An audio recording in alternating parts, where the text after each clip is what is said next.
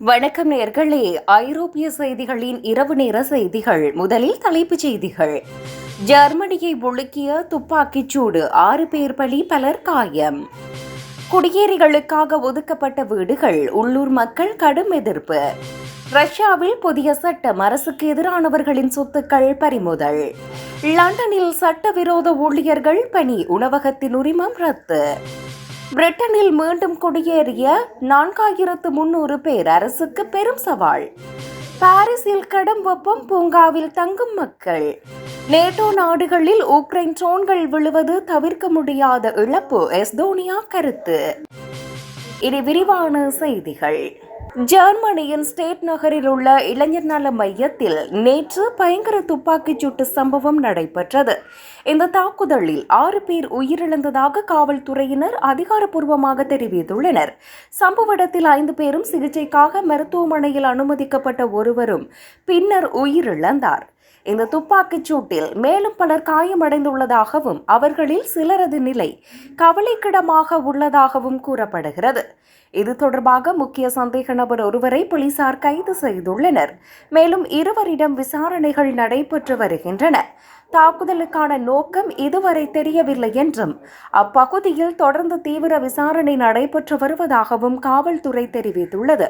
அப்பகுதியை சுற்றியுள்ள மக்கள் பாதுகாப்பாக இருக்கும்படி காவல்துறையினர் எச்சரிக்கை விடுத்துள்ளனர். குடியேறிகளுக்காக ஒதுக்கப்பட்ட வீடுகள், உள்ளூர் மக்கள் கடும் எதிர்ப்பு. பிரித்தானியாவில் 2,50,000 பவுண்டுகள் பெறுமதியான வீடுகளில் 83 புகலிட கோரிக்கையாளர்கள் குடியமர்த்தப்பட்டுள்ளனர். ஒரே வீதியில் அதிக எண்ணிக்கையிலான குடியேறிகள் தங்க வைக்கப்பட்டுள்ளமை உள்ளூர் மக்களிடையே பெரும் கொந்தளிப்பை ஏற்படுத்தியுள்ளது. இந்த நடவடிக்கையினால் தங்களது பகுதிகளின் அமைதி மற்றும் பாதுகாப்பு பாதிக்கப்படுவதாக அப்பகுதி மக்கள் குற்றம் சாட்டுகின்றனர். வீடுகளின் மதிப்பு மற்றும் உள்ளூர் வளங்கள் மீதான தாக்கம் குறித்து மக்கள் கடும் அதிருப்தியை வெளிப்படுத்தி வருகின்றனர்.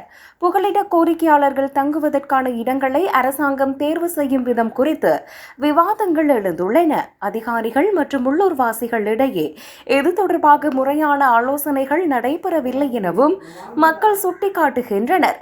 இந்த விவகாரம் தொடர்பில் உரிய தீர்வு காணப்பட வேண்டும் என வலியுறுத்தி அப்பகுதி மக்கள் போராட்டங்களிலும் ஈடுபட்டு வருகின்றனர்.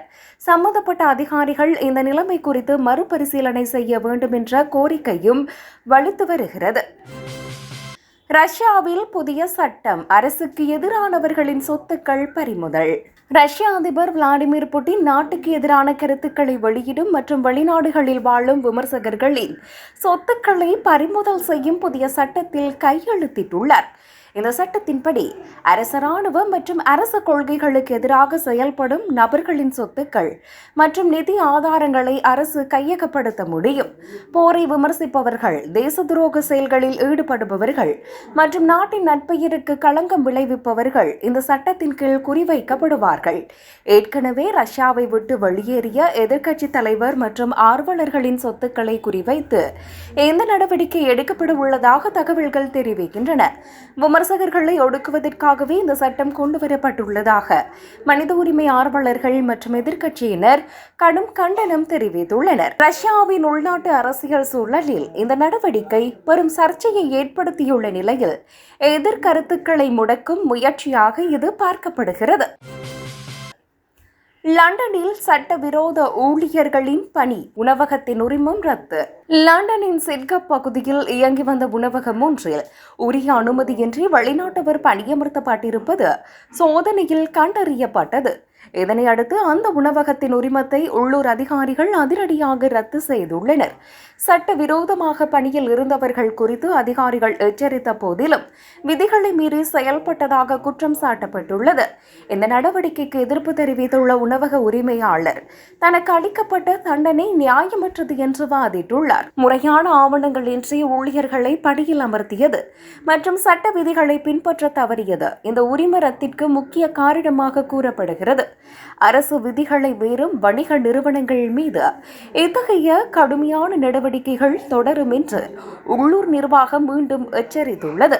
உரிமம் ரத்து செய்யப்பட்டதால் அந்த உணவகம் தனது வணிகத்தை தொடர முடியாத இக்கட்டான சூழ்நிலைக்கு தள்ளப்பட்டுள்ளது.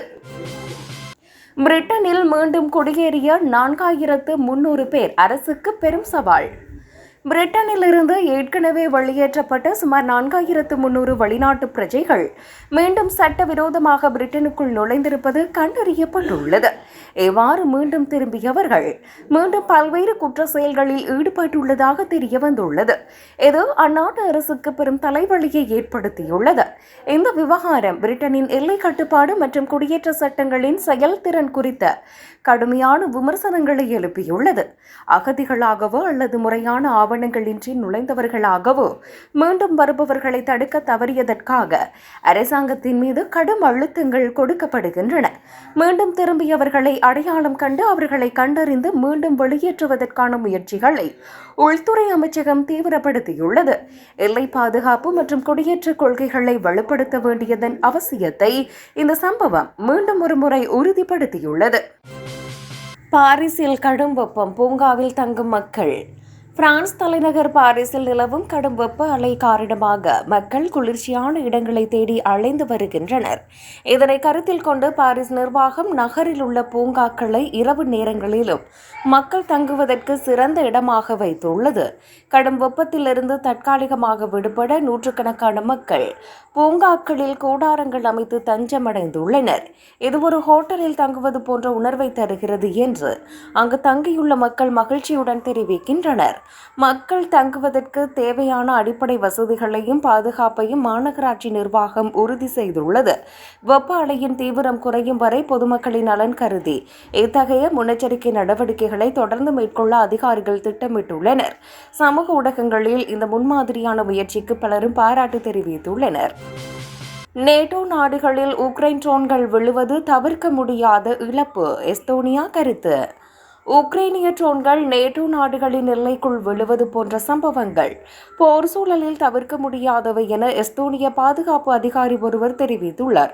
இத்தகைய சிறிய விபத்துகளை விட உக்ரைனின் தற்காப்பு நடவடிக்கைகளுக்கு முன்னுரிமை அளிக்கப்பட வேண்டும் என அவர் வலியுறுத்தியுள்ளார்.